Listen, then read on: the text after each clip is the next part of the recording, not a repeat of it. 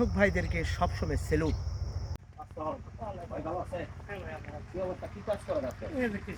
কৃষিকাজ কোন জায়গা? দেশের বাড়ি কোথায়? পাবনা থেকে আসছেন আমাদের নবাবগঞ্জ? হ্যাঁ বাবা, আগে পরে আসছেন না এই প্রথম আসলে? এই প্রথম আগে কত বছর আগে? কি কাজ করেন আপনারা? কৃষিকাজ মানে কি ধরনের কাজ? ধান লাগান সময় হয়ে গেছে এখন? তাই কতদিন থাকবেন আপনি? 10-15 দিন। 10-15 দিন থাকবে। তাতে রুচ কেমন? আপনি রুচ কত করে দেন?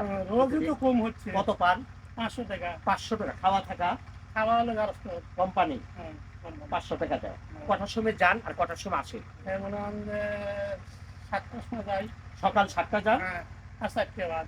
4টা বাদ শেষ হয়ে যাবে, আবার কালকে সকাল আসবে। এভাবেই কাজ করতেছে। তাতে আপনাদের ভালো লাগে তো? কোনো সমস্যা নেই তো? না, কোনো সমস্যা নেই। তাই?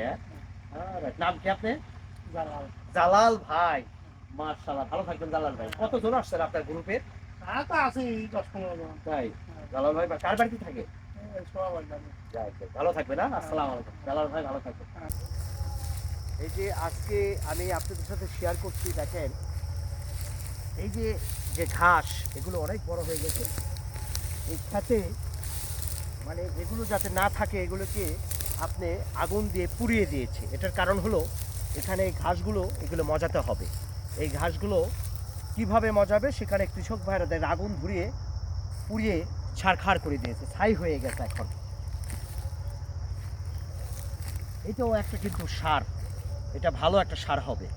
আমাদের কৃষক ভাইরা এই জমিতে চকে দিন রাত পরিশ্রম করেন এবং তাদেরকে সম্মান করতে হবে।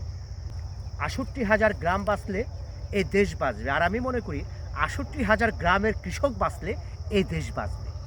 প্রিয় ভাই বোনেরা, আর দেখতেছেন পাশাপাশি উদিত দিয়ে দেখেন কত চমৎকার দৃশ্য।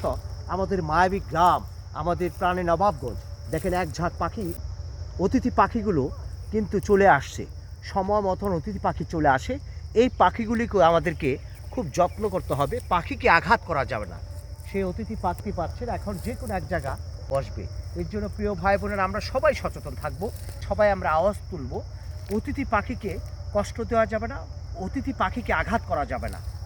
এই প্রকৃতি সৌন্দর্য কিন্তু বিভিন্ন দেশ থেকে, বিভিন্ন জায়গা থেকে কিন্তু পাখি চলে আসে আমাদের প্রাণে নবাবগঞ্জ। সবাই ভালো থাকবেন, সুস্থ থাকবেন। আজকে আমি বিদায় নিচ্ছি। আসসালামু আলাইকুম।